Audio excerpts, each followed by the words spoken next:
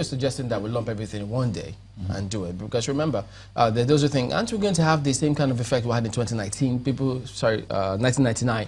People didn't know who was what or what was which, and they just went and voted, and eventually they thought, oh dear. Voters' education. That's what INEC is all about. People need to be educated. People need to be informed. We have to have this campaign, and some people are doing it. They're getting people together, telling them how to vote, where to vote. And that is what INEC is all about. And you have international bodies actually supporting that. Voters' education is very important. Whether you have it 1 day or 2 days or over a period of time. Can that ever be sufficient? Because if you're lumping state assembly elections, governorship elections, House of Reps, you're not Senate, lumping, you're making choices. You see, normally, I've voted in other countries before. What you have is a list. And then you have several leaflets that say this is the presidency, this is the House of Reps, this is the House of Assembly. And then you pick the paper, you choose one here or two, whatever, choose one or two here, choose one, and you pack them together and put it in the box. Now, somebody will now sit down, just like we did before. We have voted, they were counting votes, live and personal. You can see them picking out there, it is for A, it is for B, which is okay. We can do it if we have the will. Get more people involved, volunteers, U-coppers, and so on and so forth. We have the capacity. Don't let us undermine ourselves and say, well, we can't do it because we're just too many, it's too... What is the essence of being in a democratic society or creating democracy? Can we talk about that will? The will? Yes, you talked about if we have the will. If we have the will. Does it look like there's a will?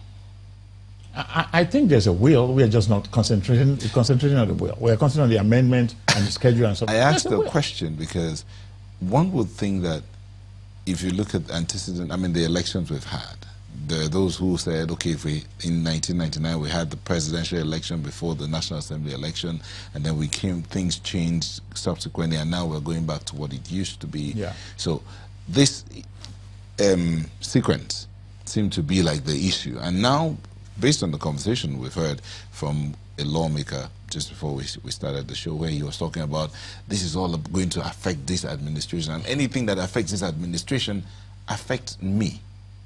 Now, see that conversation, affects me, not my electorate, not the people that voted. So, if you look at the political space and those playing in there, how do you think there's a will to get the election right? Well, for the people of Nigeria, it is to our benefit that we get the election right. And I think most people... To the electorate? The electorate. Okay. Now, let's go back to the politician. First is this amendment thing that it did, which will just... It sends a message to the electorate that something is going on. People just say, yeah, so like, there's some conspiracy here, there's some intention here going on that we don't understand. All of a sudden, the public comes, the lawyers come out and say, look, you're not supposed to do this, this is not your forte, and so on, there's a constitutional conflict here, and so on and so forth. Wrong message being sent to the electorate. Yes, you're right. When we are going on that process, we are sending the message to the electorate that there's no will now to have credible election. It's a very dangerous message. The perception is everything in politics. Now, on the electoral side, of course, we all want credible election, and we are trusting our leaders, the legislature, the presidency, INEC, to conduct credible election. Without credible election, democracy is a failure. Well, do you think the perception can be changed before 2019? It can be changed if we're serious about it. How? Well, first, I wish the National Assembly will go back and reconsider their stance on this. Because logically, if you look at INEC... You mean their stance on having the presidential election clause? Yes, I think the amendments that they're talking about in this electoral agreement, changing the schedule. If the Constitution, logically, now before we even get to the issue of law, if the Constitution has created an independent body to conduct this election, it's just independent national electoral, it's independent, okay? And it has given it all the responsibilities to conduct election. I don't think it's now right for the legislature to sit down and start changing schedules. I'm serious about But that. they stand on Section 25. I understand they stand on Section 25 and so on and so forth. But think about the independence. If every legislature can come in at their whim and change schedule all the time, what do you think will happen? This National Assembly is going to go away sometimes. And that National Assembly is going to come in, and then we're going to go from one schedule to the other.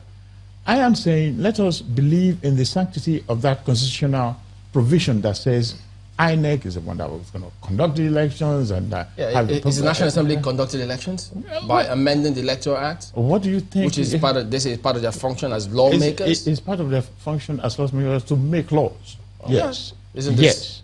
But again, the right, the responsibility of the National Assembly to make law is guarded by the Constitution of the Federal Republic of Nigeria. So it's not a blanket thing. How has that been flouted?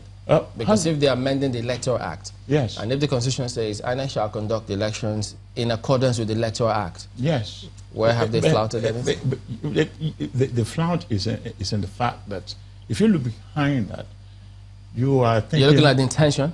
The intention. Yeah, no, you have, when you're interpreting things, you have to look at the policy rationale, the policy because, we call it, the intention of creating an independent body to conduct. If the intention is to have the National Assembly to kind of manipulate schedules. Manipulate? Yes, it's a manipulation of schedules. I'm not sure that's the right word, because they say, look, we are lawmakers. Yes. And the law allows... How did the Electoral Act come about in the first place? It's been amended by them several times. Don't forget, that's 2010 Electoral Act as amended. I understand that. You can amend the Electoral Act. But again, go to the policy because of the Constitution that created independent body to conduct election. And think about the role of politicians that they will always, almost all the time, do things to their own advantage. But that is why you have an independence. But what do we expect? They shouldn't play politics? No, not with the elections. Not because the reason why they're there is because of this democracy. Now, you keep on, tackling and messing with this schedule. The message you were sending to the public is, we have to do things to our advantage. No, that's the way it comes across to you. But don't forget, these are politicians who are always never on the same page. So what you say... They don't have to be on the same page. Yeah, so what you say is not well intended. Another group tells you, no, if we're going by the books, by the laws, we're making laws, if anybody feels wrong, well, you could go to court. And yeah, but that's what I'm saying. Now, people are going to end up in court. And then, the slow process of our judiciary, and that's going to take a while. In the meantime, we're trying to prepare for an election. Yeah. The other parties ask the question, why?